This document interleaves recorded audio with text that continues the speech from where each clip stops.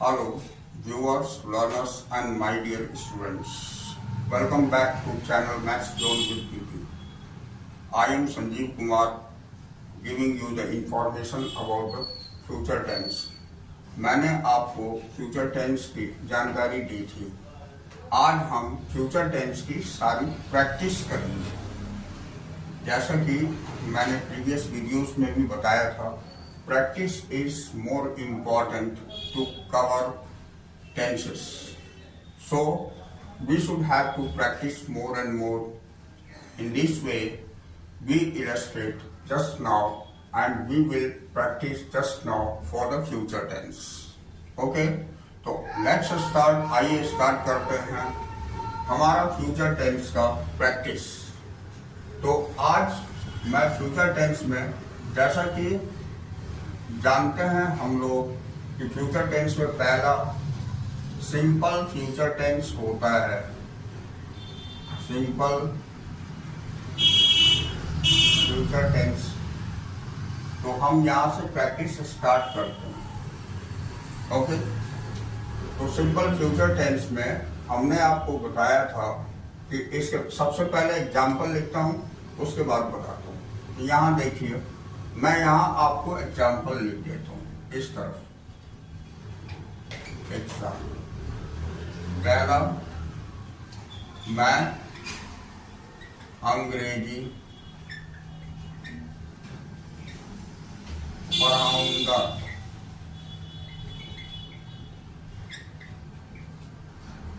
दूसरा, वह घर जाएगी। तीसरा, तुम खाना खाओगे।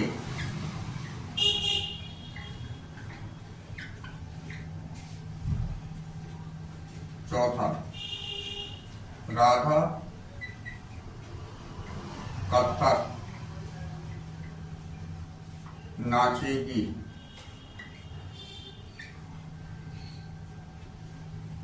पांचवा, मोहन क्रिकेट खेलेगा।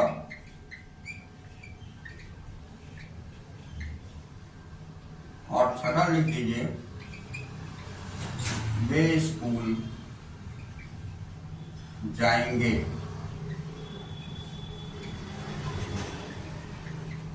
इसमें मैं 6 सेंटेंसेस ऑलरेडी ले लिया।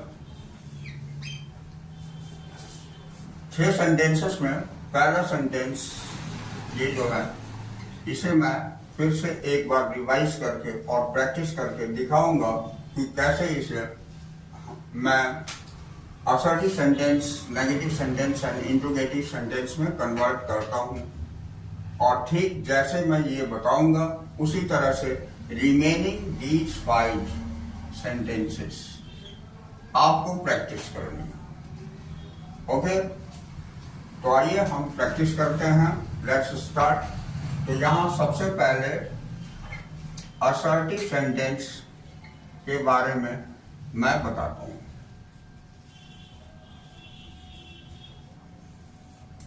तो असर्टिव सेंटेंस की स्ट्रक्चर हमारी हो जाती है,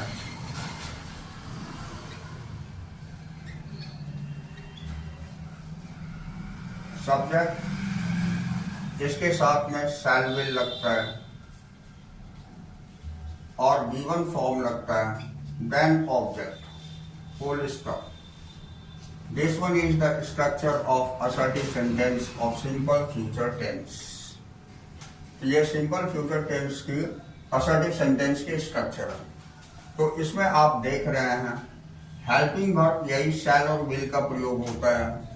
मैं simple future tense के टेबल पर बताया था कि shall का यूज कहाँ करते हैं और will का यूज कहाँ करते हैं। आइए एक बार फिर रिकॉल करते हैं।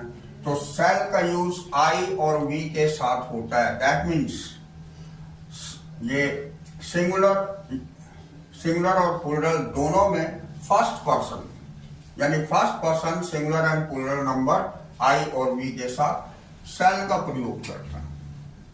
और विल का प्रयोग रिमेनिंग सारे में second person singular plural, third person singular plural number, इन सारे में विल का प्रयोग करते हैं।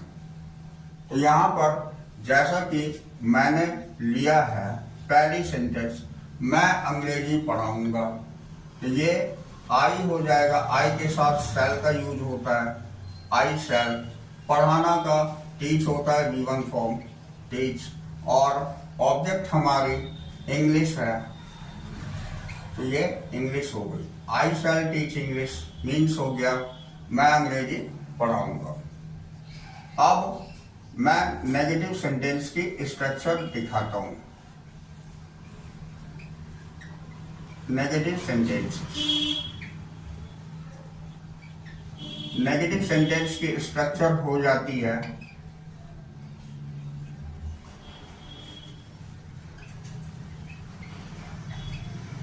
at first subject, then shall and will, इसके बाद note, then given form, after that object, full stop। ये हमारी स्ट्रक्चर होती है नेगेटिव सेंटेंस की। अब आइए इस सेंटेंस को, इस एग्जाम्पल को हम फिर कन्वर्ट करते हैं नेगेटिव में। तो ये हो जाएगा I shall not teach English। इसकी हिंदी हो गई मैं अंग्रेजी नहीं पढ़ाऊंगा, because negative sense not is used in these sentences, so the meaning of this sentence will be मैं अंग्रेजी नहीं पढ़ाऊंगा। Okay, now the interrogative sentence। आइए इंट्रोगेटिव सेंटेंस की भी स्ट्रक्चर हम देखते हैं। तो इंट्रोगेटिव सेंटेंस की स्ट्रक्चर में हमारी, जैसा कि मैं पहले भी जानकारी दिया हूं और हम लोग जानते भी हैं, helping verb at first helping verb is used. तो यहाँ स्ट्रक्चर लिख लीजिए।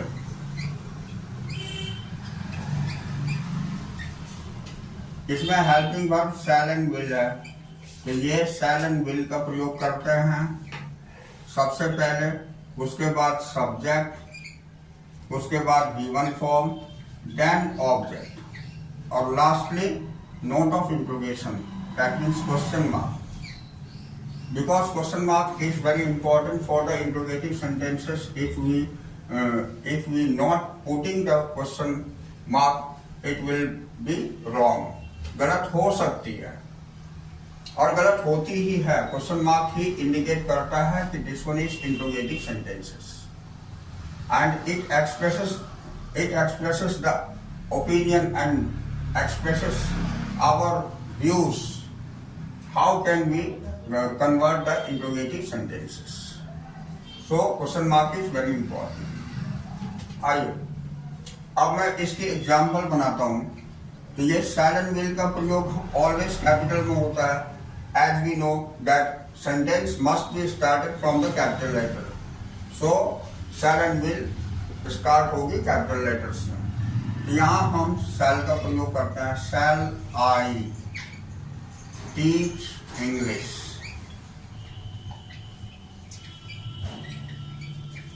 Question mark. इसका हिंदी में हम कह सकते हैं, इसकी हिंदी हो गई क्या मैं अंग्रेजी पढ़ाऊंगा। तो that is the arising question, क्या मैं अंग्रेजी पढ़ाऊंगा। तो ये इंट्रोगेटिव सेंटेंस भी यहाँ कंप्लीट होती है हमारी। In this way we have practised simple future tense properly and you should have to practise these remaining sentences into the English and you will be perfect in simple future tense। आप बिल्कुल perfect होंगे, जितनी practice करेंगे उतनी perfect होंगे tenses में। तो ये हमें हमेशा ध्यान रखना है। आइए अब हम दूसरी इसमें जो टेंस होती है वो होता है हमारा फ्यूचर कंटिन्यूअस टेंस। कौन सा tense? Future continuous. Future continuous tense. तो फ्यूचर कंटिन्यूअस टेंस में सबसे पहले मैं हिंदी के वाक्यों को लिख करके दिखाता हूँ।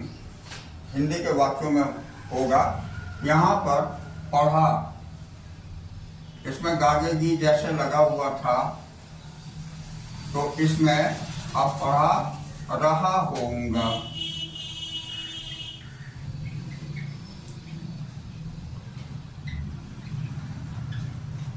इसमें वह घर जा रही होगी।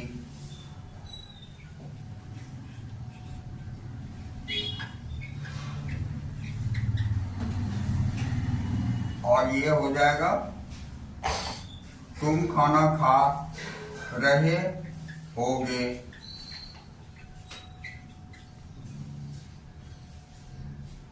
और राधा कथक नाच रही होगी।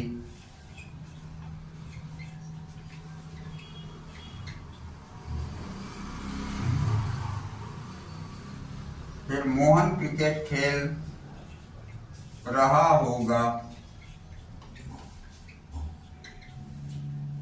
और वे स्कूल जा रहे होंगे। तो इसमें आइडेंटिफिकेशन यही रहा होगा, रही होगी, रहे होंगे, यही हो जाती है, जैसा कि हम देख रहे हैं। ये आइडेंटिफिकेशन हो गई हमारे फ्यूचर कंटिन्यूअस टेंस की। तो इसके भी अब एक वाक्य मैं आपको असर्टिव, नेगेटिव, इंट्रोगेटिव में चेंज करके दिखाता हूँ।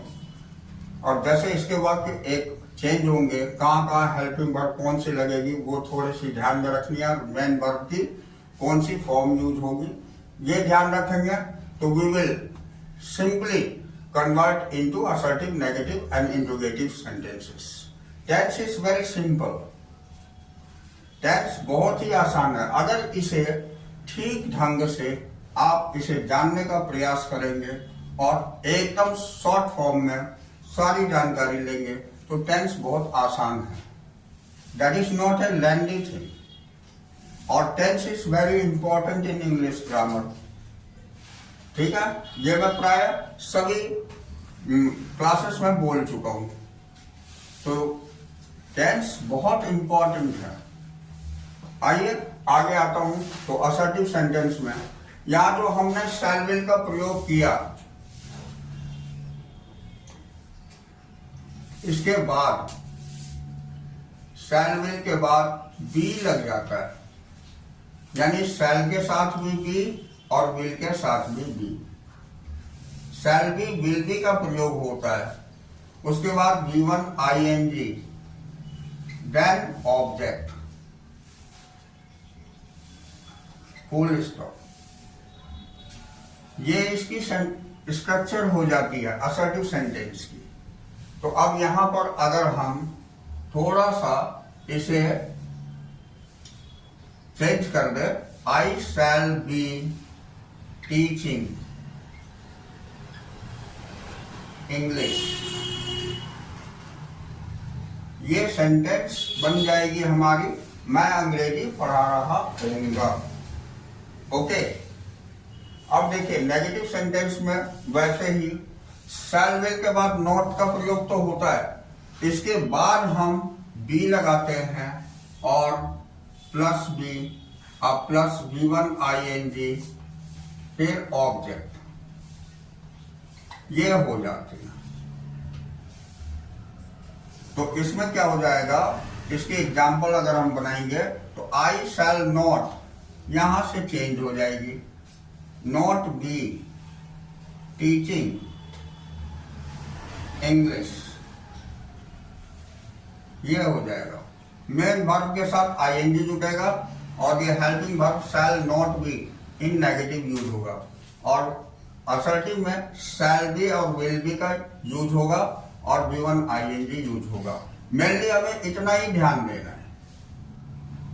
और यही कन्वर्सन हर टेंसेस में डिफरेंट हो जाते हैं और वो हमें अपने दिमाग में रखनी होती है।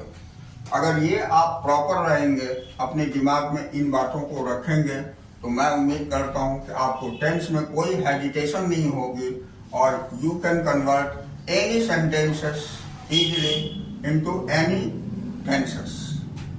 ओके, तो ये नेगेटिव सेंटेंस क्लियर हो गई, इसकी हिंदी हो गई, मैं अंग्रेजी नहीं पढ़ा रहा होऊंगा। अब आप देखिए इंट्रोगेटिव सेंटेंस में हेल्पिंग वर्ब, जैसा कि मैंने बताया था कि शैल विल का प्रयोग पहले होता है, उसके बाद सब्जेक्ट होता है, इसके बाद यहाँ चेंजिंग होगी, इसके बाद बी लगा देंगे, फिर B1 ING लगेगी, उसके बाद ऑब्जेक्ट लगेगा, लास्टली क्वेश्चन मार्क। तो ये हो जाती है इसके इंट्रोगेटिव सेंटेंस की स्ट्रक्चर। अब एग्जांपल इसका देखेंगे तो शैल आई, इसके बाद यहां से हो जाएगा shall I be teaching English question mark. तो इसकी हिंदी हो जाएगी, क्या मैं अंग्रेजी पढ़ा रहा होऊंगा। तो इन दिस वे हम लोगों ने फिर फ्यूचर कंटिन्यूअस टेंस की भी रिवीजन कर ली। ठीक है, ये हमारी दूसरी टेंस कंप्लीट हो गई। अब आप आइए हम तीसरी टेंस में चलते हैं, फ्यूचर की, फ्यूचर परफेक्ट टेंस। तो यहां पर नंबर 3 लिखिए, ये परफेक्ट हो जाती है, फ्यूचर परफेक्ट टेंस। आपको याद होगा जैसा कि हमने बताया था कि perfect tense always comes into the number 3, therefore B3 form is used. Perfect always comes into the number 3। तो चाहे वो प्रेजेंट की हो, पास्ट की हो, फ्यूचर की हो, और प्रेजेंट, पास्ट, फ्यूचर की परफेक्ट टेंस में ऑलवेज हम B3 फॉर्म यूज करते हैं। ओके, तो आइए अब इसमें सबसे पहले हिंदी के वाक्यों को देखते हैं कि हिंदी के वाक्यों में आइडेंटिफिकेशन क्या होती है, और उसके बाद इंग्लिश बनाने में कौन से हेल्पिंग वर्ब और मेन वर्ब की कौन सी फॉर्म यूज करते हैं। तो आइए, जहां जहां मैं यहाँ हिंदी के वाक्यों में रहा लिखा हूं, रहा, रहे, रही, वहां चुका, चुके, चुकी कर दूंगा। मैं अंग्रेजी पढ़ा चुका होऊंगा,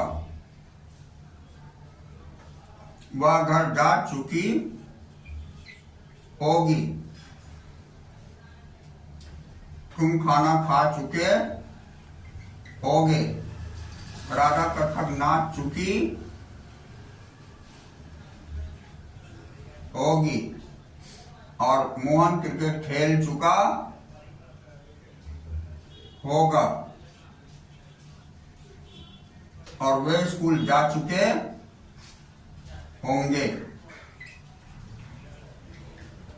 तो यही हमारी आइडेंटिफिकेशन होती है, जो मैं अंडरलाइन करके दिखाया हूं।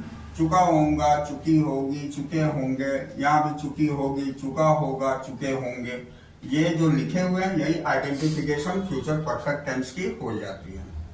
तो हिंदी के वाक्य हमने देख लिया, इससे आइडेंटिफाई कर लिया कि ये हमारी फ्यूचर परफेक्ट टेंस की सेंटेंसेस है। तो अब इसका कन्वर्सन दिखाता हूं मैं इंग्लिश में into assertive, negative and interrogative sentences. तो असर्टिव सेंटेंस में इसकी स्ट्रक्चर फिर से एक बार क्लियर लिखता हूं।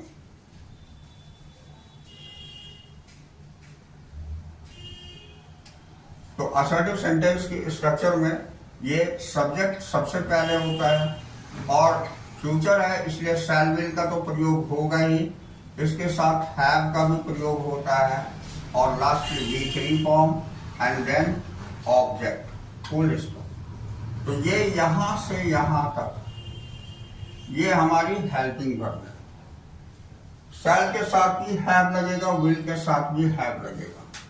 शैल हैव का प्रयोग केवल IV के साथ होगा, और विल हैव का प्रयोग यू, हिसी, नेम और दे, इन सभी में विल हैव का प्रयोग होगा।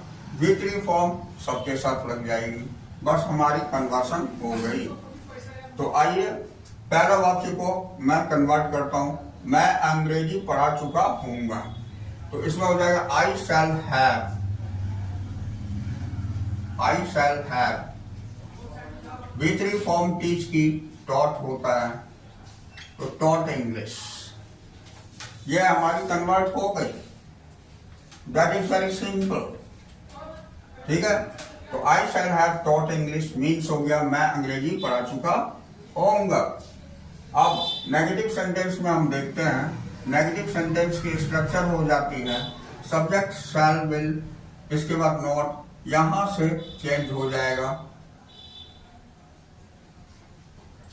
प्लस हैव, अब plus V3 plus object,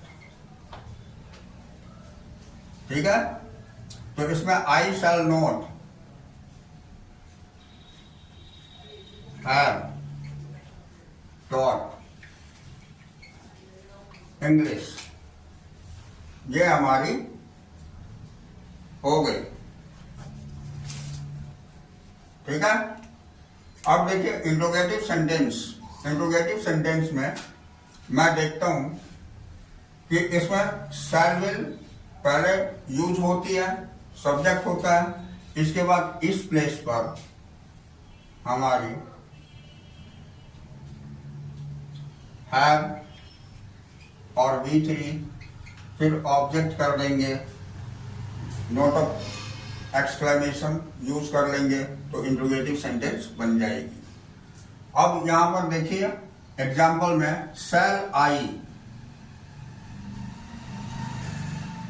have taught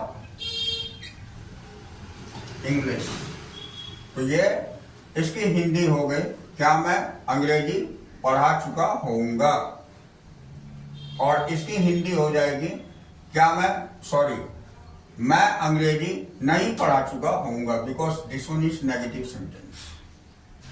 okay, तो ये सारी चीजों को हम ध्यान देंगे। इस तरह हमने फ्यूचर परफेक्ट टेंस की भी प्रैक्टिस कर ली। ओके, अब लास्ट आता है हमारा fourth one is future perfect continuous tense. तो जैसे ये थोड़ी लंबी टेंस होती है, ऐसे तो इसकी यूज हमें जानना चाहिए क्योंकि हम सीख रहे हैं। इसकी यूज आजकल अब मॉडर्न टाइम में इसकी यूज बहुत कम होती है। सिंपली फ्यूचर टेंस को लोग प्रेजेंट टेंस में कन्वर्ट करके स्पीकिंग में बोल जाते हैं। तो स्पीकिंग के लिए ये अब परफेक्ट नहीं रही, लेकिन हमें सीखना चाहिए कि फ्यूचर परफेक्ट कंटिन्यूअस टेंस के वाक्य कैसे बनेंगे, उसके वाक्य कैसे होंगे, तो ये जानकारी अवश्य होनी चाहिए। इसलिए मैं ये जानकारी दूंगा। That is not the point of view of speaking, but we should have to know about the future perfect continuous tense, because if this type of sentences is written and we read, so we can understand that this one is future perfect continuous tense. Reading and writing में this one is useful, but in speaking in modern days this one is not useful. इसकी थोड़ी सी utilisation, because ये sentences बहुत लंबी हो जाती है, आजकल लोग बहुत ही शॉर्ट में बोलना चाहते हैं, इसलिए इसकी यूटिलाइजेशन कम हो गई। तो कोई दिक्कत नहीं, आइए हम इसे अब कंटिन्यू करते हैं, ठीक है। तो यहां पर अगर मान लीजिए मैं टाइमिंग दे देता, मैं अंग्रेजी मतलब मैं 2 घंटे से अंग्रेजी पढ़ा रहा होऊंगा, तो ये वाक्य हमारी फ्यूचर परफेक्ट कंटिन्यूअस टेंस की हो गई, ठीक है। वह यहां पर मैं डाल देता 4 बजे से,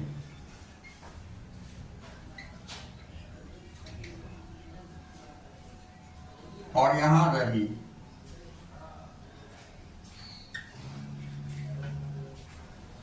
वो 4 बजे से घर जा रही होगी। तो इस तरह के सेंटेंसेस हमारी इसमें कन्वर्ट हो जाती हैं। तो मैं 2 सेंटेंसेस दिखा चुका हूं। इसी तरह इस जगह आप अगर टाइमिंग लगा लेंगे तो आपकी ये sentences future perfect continuous tense की हो जाएगी। और लास्ट में यहां रहा रहे रही लगाएंगे। जैसे यहां रहे हो जाएगा, यहां रही हो जाएगा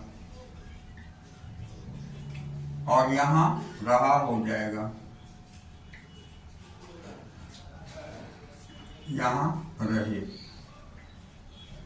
तो ऐसे वाक्य जिसमें यह टाइमिंग के साथ साथ रहा होगा, यह टाइमिंग के साथ साथ रही होगी। इसी तरह ये जो मैं मार्क कर दिया हूं, इस जगह टाइमिंग डाल करके और रहे होंगे, ये लगा हुआ रहता है, तो वो सेंटेंसेस हमारी फ्यूचर परफेक्ट कंटिन्यूअस टेंस की होती है। यही इसकी आइडेंटिफिकेशन है। तो मैं 2 में डाल दिया हूं, बाकी टाइमिंग मैं उम्मीद करता हूं आप लोग लगा लेंगे। ओके, अब यहां पर मैं आपको स्ट्रक्चर दिखाता हूं। स्ट्रक्चर थोड़ी सी डिफरेंट है हर सारे। जैसे हमने प्रेजेंट परफेक्ट कंटिन्यूअस टेंस बताया था, उसमें सिंस फॉर का यूज बताया था। फिर पास्ट परफेक्ट कंटिन्यूअस टेंस, उसमें भी सिंस फॉर का यूज बताया था। लेकिन इसमें सिंस की प्लेस पर फ्रॉम का यूज होता है। यही इसमें थोड़ी सी डिफरेंस है और कोई डिफरेंस नहीं है। हेल्पिंग वर्ब और मेन वर्ब और सिंस फॉर की जगह फ्रॉम फॉर का यूज करेगा। फॉर की जगह फॉर ही होगा, लेकिन सिंस की प्लेस पर फ्रॉम का यूज करते हैं। तो आइए मैं लिख देता हूं, उसके बाद क्लियर कर देता हूं। एक बार फिर से रिकॉल कर लूंगा, उसके बाद हम इसकी कन्वर्सन भी दिखाएंगे। ठीक है, तो सेंटेंस असर्टिव सेंटेंस की कैसे बन जाएगी ये मैं दिखाता हूं। सब्जेक्ट शैल विल के साथ है तो लगता ही है, इसके साथ में बीन भी लग जाता है। शैल हैव बीन और विल हैव बीन। अब ये इतनी बड़ी हमारी हेल्पिंग वर्ब हो। उसके बाद V1 ing लगता है, देन ऑब्जेक्ट, उसके बाद from for, from oblique for. तो यही फ्रॉम सिंस के प्लेस पर लग जाती है। ठीक है, फ्रॉम फॉर, और लास्ट में टाइमिंग लग जाती है। तो ये हमारी स्ट्रक्चर हो गई। राइट, अब ये देखिए, इसकी सेंटेंस में बना के दिखाता हूं बिल्कुल क्लियर। इसकी एग्जाम्पल ये हो जाएगा, आई शैल हैव बीन। उसके बाद गिवन ing है, तो ये टीचिंग हो जाएगा,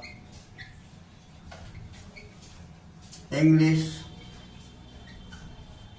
अब ये देखेंगे हम कि टाइमिंग हमारी 2 घंटे से दिया हुआ है। That is period of time, not the point of time. Period of time दिया हुआ है, तो उसके लिए फॉर का इस्तेमाल करते हैं। यहां फॉर 2 घंटे से 2 आवर्स, 2 आवर्स। तो ये सेंटेंसेस हमारी बन गई। राइट, ये इसकी हिंदी हो गई, मैं 2 घंटे से अंग्रेजी पढ़ा रहा हूँगा। अब आइए नेगेटिव सेंटेंस में मैं इसकी स्ट्रक्चर देखता हूं। तो यहाँ सब्जेक्ट शैल विल के बाद नोट लगता है, हैव भी लग जाता है। इसके बाद थोड़ी सी चेंज करता हूं, प्लस बीन लग जाता है। अब प्लस यहाँ V1 plus ing, then object, और उसके बाद फ्रॉम फॉर, उसके बाद टाइमिंग। तो ये हो जाती है।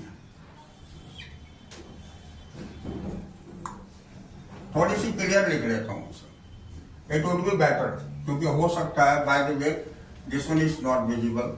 तो चलिए इसे हम एक बार फिर से यहां से स्टार्ट करते हैं और इसकी स्ट्रक्चर दिखा करके फिर और क्लियर लिख लेते हैं।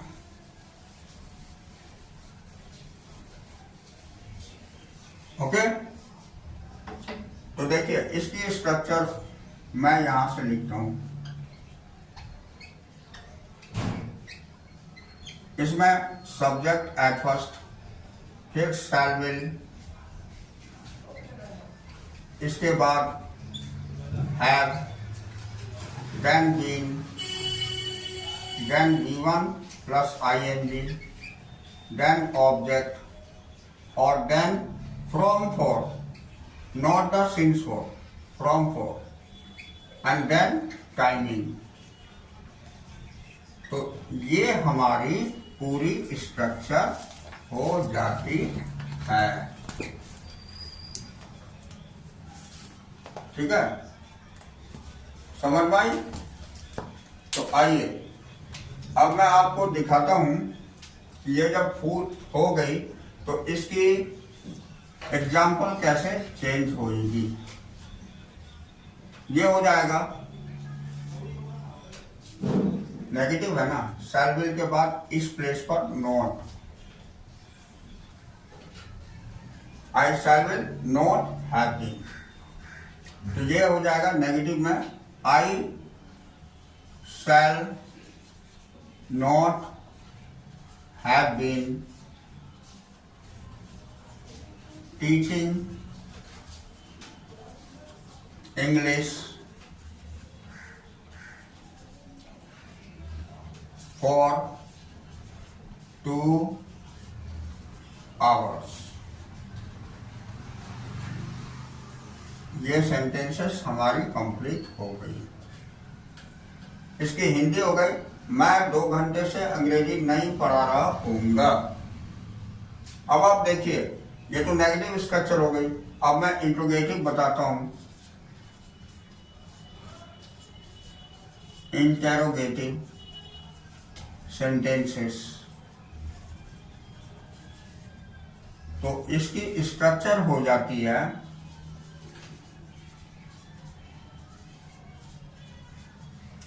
इसमें शैल विल का प्रयोग हम पहले कर लेते हैं। यहां शैल विल लिख लेते हैं।